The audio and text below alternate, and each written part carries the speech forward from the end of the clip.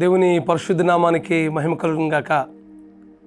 Oh for today వాక్య సందేశాలు ప్రతిరోజు వింటున్న మీ అందరికీ మహాదేవుడును మన రక్షణకర్త అయిన యేసుక్రీస్తు ప్రభు వారి అతి శ్రేష్టమైన నామంలో లైఫ్ చర్చ్ వైజాగ్ నుంచి మీకు శుభములు తెలియపరుస్తున్నాను.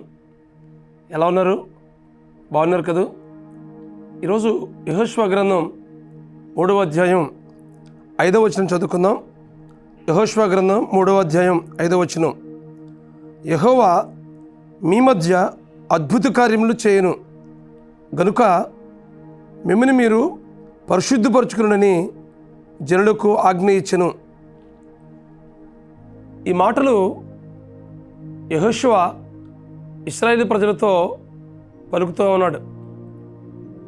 40 సంవత్సరాలు ఈ అరణ్య యాత్రలో చివరి ఘట్టానికి చేరుకున్నారు.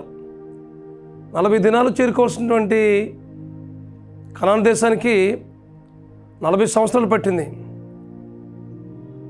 ఈ సిత్తీము నుండి యోర్దానికి చేరుకున్నారు. అయితే యెహోషువ అంటున్నాడు ఇశ్రాయేలు ప్రజలందరితో, మిమ్మల్ని మీరు పరిశుద్ధపరచుకునండి.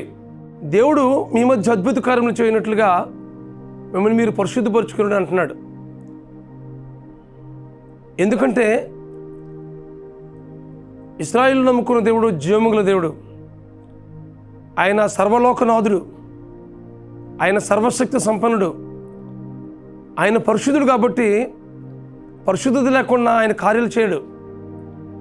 కాబట్టి మిమ్మల్ని మీరు పరిశుద్ధపరచుకున్నట్లయితే దేవుని అద్భుత కార్యాన్ని మీరు చూస్తారు అనే విషయాన్ని యెహోషువ ఇశ్రాయేలు ప్రజలకు జ్ఞాపకం చేస్తూ ఉన్నాడు.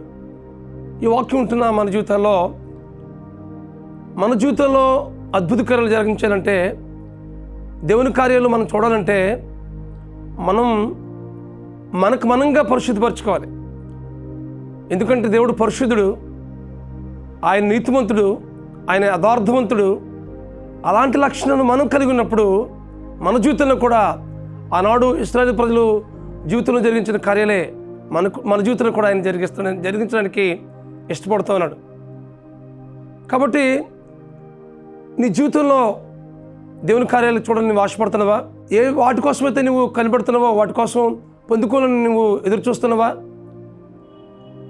దేవుని సన్నిధిలో ఏదైతే నీకు కావాలని ఆశపడుతున్నావో ఆ ఆశించింది నువ్వు పొందుకోవాలని నిరీక్షిస్తున్నావా?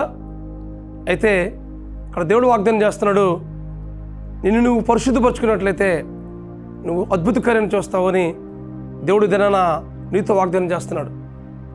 నీ జీవితంలో దేవునికి ఏ విషయంలో నువ్వు దూరంగా ఉన్నావు? దేవునికి ఆయాస్కరం స్థితి నీ జీవితంలో ఏదైతే ఉంది, అది ఆలోచనలు అయితే కావచ్చు, మరి మన ప్రవర్తన రంగంలో అయితే కావచ్చు, మన జీవితంలో దేవునికి అయోగ్యమైనవి ఏదైతే ఉందో వాటన్నింటినీ ప్రభు సన్నిధిలో మనం ఒప్పుకొని విడిచిపెట్టినట్లయితే దేవుడు మన జీవితంలో కూడా అద్భుత కార్యాలు, ఆశ్చర్య కార్యాలు మన జీవితంలో కూడా చేస్తాడు. చాలాసార్లు మనం వేటి కోసమో మనం నిరీక్షిస్తూ ఎదురు చూస్తాం, ప్రభా ఈ కార్యం నా జీవితంలో చేయి ప్రభా అని. మన జీవితంలో ఆయన సాధారణమైన కార్యాలు చేయడు, అద్భుత కార్యాలు చేసే దేవుడు మన దేవుడు.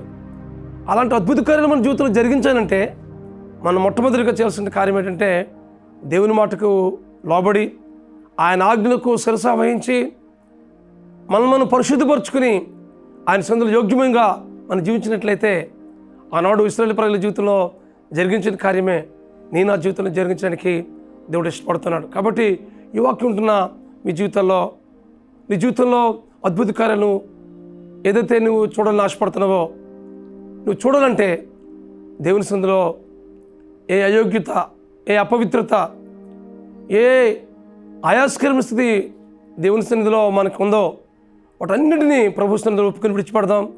ఆయన రక్తంలో కడగబడదాం. ఆనాడు ఇశ్రాయేలు ప్రజల జీవితంలో జరిగించిన కార్యమే మన జీవితంలో కూడా జరిగిస్తాడు. ఏం జరిగింది? యోర్దాను నదిని అద్భుతంగా 2 పాయలుగా చేస్తాడు దేవుడు. ఏకరాశిగా ఆ యోర్దాను నదిని నిలిపాడు.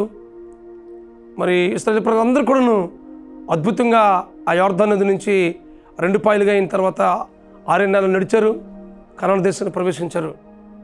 నీ జీవితంలో ఎలాంటి ఆటంకాలు అడ్డులు ఉన్నాయో వాటన్నిటినీ కాబట్టి నీ జీవితాన్ని సంపూర్ణంగా సమర్పించుకో. నీ జీవితంలో దేవునికి ఏదైతే ఆయాస్కరం ఉందో వాటన్నిటినీ ప్రభుత్వంతో ఒప్పుకో. తద్వారా నీ జీవితంలో కూడా అద్భుతకరం చేయడానికి దేవుడు ఇష్టపడుతున్నాడు. దేవుడు ఈ మాటలు మనం కొరకు దీవించును గాక. ప్రార్థన చేసుకుందాం. ప్రేమగల మా తండ్రి, పరిశుద్ధుడైన ప్రభువా, మీ పరిశుద్ధమైన నామానికి స్తోత్రాలు. ఇదిగో ప్రభువా, ఈ వాక్యం ఉంటున్న మా ప్రియుల జీవితంలో మీ కార్యాలు జరిగించండి ప్రభువా. ఆనాడు ఇశ్రాయేలు ప్రజల జీవితంలో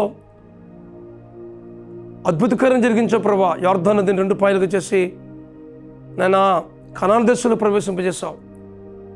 మా ప్రియుల జీవితంలో నైనా ఏ విషయాలైతే ప్రభువా అపరిశుద్ధంగా, అయోగ్యంగా, ఆయాస్కరంగా జీవిస్తున్నారు వాటన్నింటినీ మీ సన్నిధిలో ఒప్పుకొని విడిచిపెట్టి మీ రక్తం చేత కడగబడి మీ ఏలుబడికి వరకు అప్పగించుకుని వారి జీవితంలో గొప్ప కార్యం జరిగించమని ప్రార్థిస్తూ మీ కృపగల హస్తానికి మీకు అప్పగించుకుని మీ నామాన్ని మహింపరచుకొస్తుంది మనం చేస్తూ మా ప్రభువును, మీ ప్రియకుమారుడును, మా రక్షకుడునైనా యేసుక్రీస్తు నామములో ప్రార్థించి పెట్టుకుంటున్నాం మా పరమ తండ్రి. ఆమేన్, ఆమేన్, ఆమేన్. మిమ్మల్ని మీరు పరిశుద్ధపరచుకున్నట్లయితే దేవుడు మీ జీవితంలో కూడా అద్భుత కార్యం చేయడానికి ఇష్టపడుతున్నాడు. అట్టి కృప పరిశుద్ధాత్మ దేవుడు మీకు అనుగ్రహించి నడిపించును గాక. God bless you friends. Have a wonderful day.